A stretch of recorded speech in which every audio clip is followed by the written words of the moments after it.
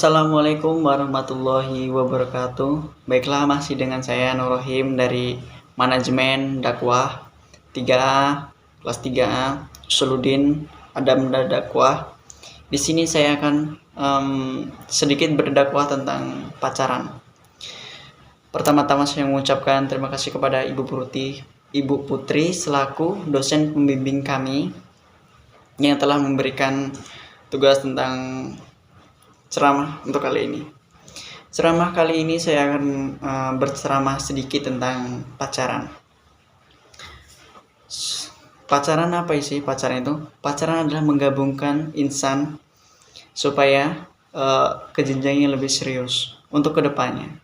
Untuk yang tidak pacaran, jangan disimak karena ini akan menyakiti hati kalian. Ketahuilah kawan-kawanku semua, pacaran itu tidak ada manfaatnya. Nah, kenapa saya ngomong sedemikian rupa gitu? Karena hal yang pertama, kita sekolah nih, fokus. Contohnya nih, kita sekolah jadi yang utama. Jadi nanti panutan kita untuk adik-adik kita nih.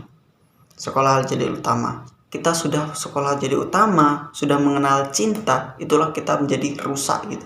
Kenapa? Saat kita azan kumandang gitu kan, malah kita sibuk main HP, sibuk dengan pacar kita. Itu yang tidak diperbolehkan. Dijelaskan juga pacaran itu di surat Al-Isra ayat 32, wala taqrabuz zina innahu kana fahisah wa sa'a sabila. Dan jauhilah kamu perbuatan zina, karena perbuatan zina itu perbuatan keji dan suatu perbuatan yang buruk. Nah, jadi untuk kita semua, jauhilah zina ya kawan-kawan. Tidak ada larangan untuk kita menyalurkan rasa cinta kita kepada lawan jenis menuju hal fitrah. Keberlangsungan hidup manusia kan terletak pada jodoh kita gitu. Cara menyalurkan cinta itu bagaimana sih? Yang pertama, niatkan dulu kepada Allah Subhanahu wa taala. Niat kita sudah mantap untuk jadi jodoh. Niatkan dulu dalam hati. Ya saya ingin cari jodoh gitu, niatin dulu yang terbaik gitu. Niatkan dulu. Disebutkan kalau kita mencari jodoh ya, jangan sampai lihat dari fisiknya, hartanya. Kenapa? Karena fisik dan harta itu bisa berubah sewaktu-waktu. Contohnya, saya jelek nih, bisa nih, insya Allah kalau waktunya bertahun-tahun nanti bisa saya jadi ganteng gitu kan. Kalau harta bagaimana bang? Kalau harta bisa, roda saya seperti roda nih, ada roda kehidupan nih, seperti roda itulah, seperti motor lah ibaratnya kan berputar, ada terkadang di atas, terkadang juga di bawah. Yang kedua, menjaga pandangan kita sebagai muslim. Untuk wanita, jangan sekali-kali memandang wanita itu lebih dari satu kali. Kenapa? Yang 2 kali 3 kali itu akan menimbulkan sebuah nafsu, zinah mata. Disebutkan di sebuah hadis ya, dan jangan engkau iringkan satu pandangan kepada wanita bukan mahram dengan pandangan lain. Karena pandangan yang pertama itu halal, tapi yang tidak yang kedua, ketiga yang akan menimbulkan nafsu. Dari hadis riwayat Abu Daud. Yang ketiga, mendekatkan diri kepada Allah dulu. Nah, untuk kita mendekatkan diri kepada Allah dulu, perbaikin sholatnya, perbaikin semuanya gitu. Untuk kita pantas enggak untuk dapetin dia gitu. Misalnya dia wanita solehah nih, wanita solehah. Nah, untuk mendapatkan wanita solehah nggak mungkin kan dong kita jadi yang lebih pribadi yang buruk gitu untuk dapetin dia. Pantas nggak sih saya gitu. Yang ketiga itu jauhi zina. Nah, ini nih yang menyebabkan kita semua jauhi zina lah kawan-kawan. Karena cinta dengan nafsu itu tidak akan membuahkan dengan kebaikan dan kebahagiaan. Dijelaskan juga tentang zina, barang siapa yang beriman kepada Allah Subhanahu wa taala di hari akhir, maka jangan berlahwat dengan seseorang wanita tanpa disertai mahramnya, karena sesungguhnya yang ketiga itu setan. Hadis riwayat Ahmad yang sudah dijelaskan itu. Terus yang kelima salat istigharah. mohon petunjuk kepada Allah nih. Ya Allah, saya ingin jodoh yang terbaik gitu. Mohon sama Allah gitu. Jangan diam aja.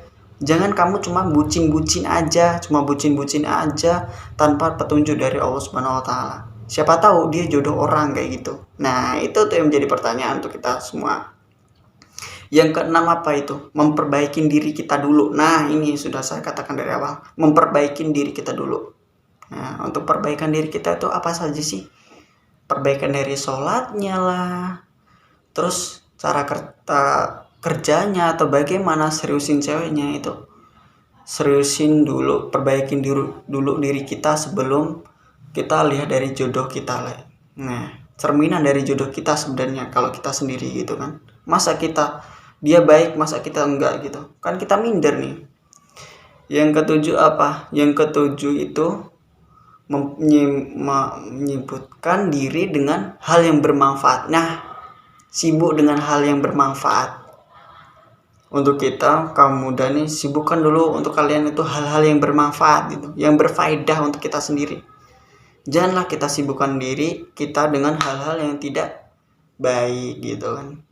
Jalan-jalan ke sana sini yang tidak bermanfaat. Lebih baik belajar bersama gitu kan. Hal-hal yang berfaedah untuk kita diri dan untuk orang lain juga gitu. Yang kesembilan apa sih? Yang kesembilan itu diam. Mencintai seseorang itu bisa diam ya. Dengan diam, nggak usah diungkapin, nggak apa-apa. Tapi kita jangan diem aja gitu. Maksudnya jangan diem terus gitu kan. Nanti nggak ketemu jodohnya. Ada sebuah cerita yang saya tahu sedikit ya kan, tentang Abu Thalib dan Fatimah. Nih, awalnya mencintai dengan diam hingga Allah menunjukkan jalan bersatunya untuk mereka gitu. Nah, itulah mencintai diam sehingga Allah itu menyatukan mereka gitu. Yang ke-10 apa sih, Bang? Yang ke-10 itu nikahilah wanita itu gitu. Kalau Anda sudah udah baik akhlaknya, sudah udah ekonominya bagus, alhamdulillah kan, sudah bagus semua nih.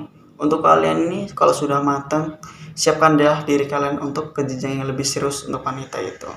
Jangan menunda-nunda lagi untuk kaliannya, untuk para jomblo. Segeralah kalian menikah gitu, agar terhindar dari hawa nafsu dan fitnah dari orang lain. Itulah cara kita untuk jadi nyari jodoh yang lebih baik gitu. Baiklah, itu saja, sekian dari saya. Apa ada kesalahan atau kekurangan, saya mohon maaf. Kepada Allah saya mohon ampun.